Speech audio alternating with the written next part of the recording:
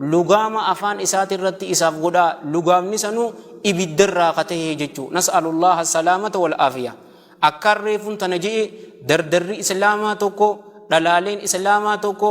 yoo nuti diina islaamaa hin qaraanuu jenne fitnatu shahwaa keessa seenna fitnatu shahwaan tun heddu aangoo fadhu beekamuu fadhu addunyaa qofaaf yaaddawu akhiraa irraanfachuu dhalaa jaalachuu ammaan tana haraamin nas'alullaha salaamata wal aafiya hashiisha farsho kun cufaatu fitnatu shahwaa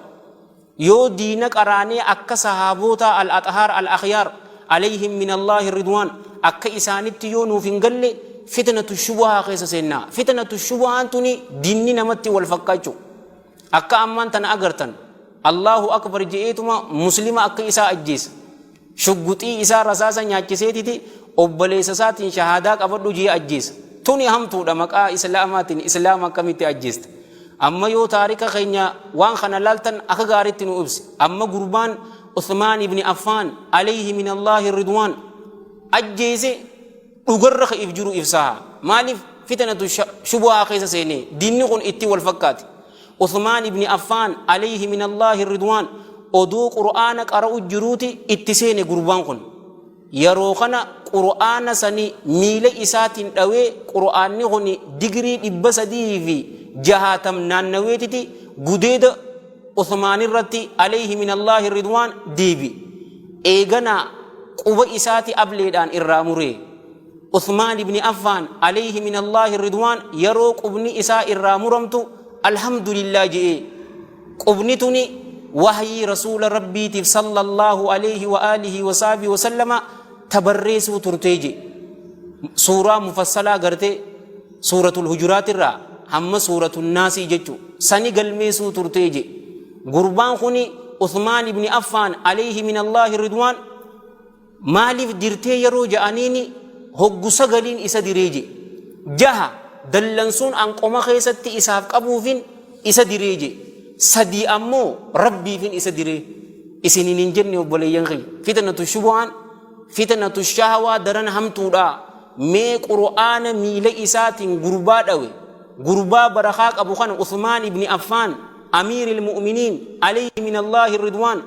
gurbaa rasuulli sallallahu alayhi wa alihi wa sallama jannatan gammachiise kana ajjeesteetiti ati jannata seenuu feeta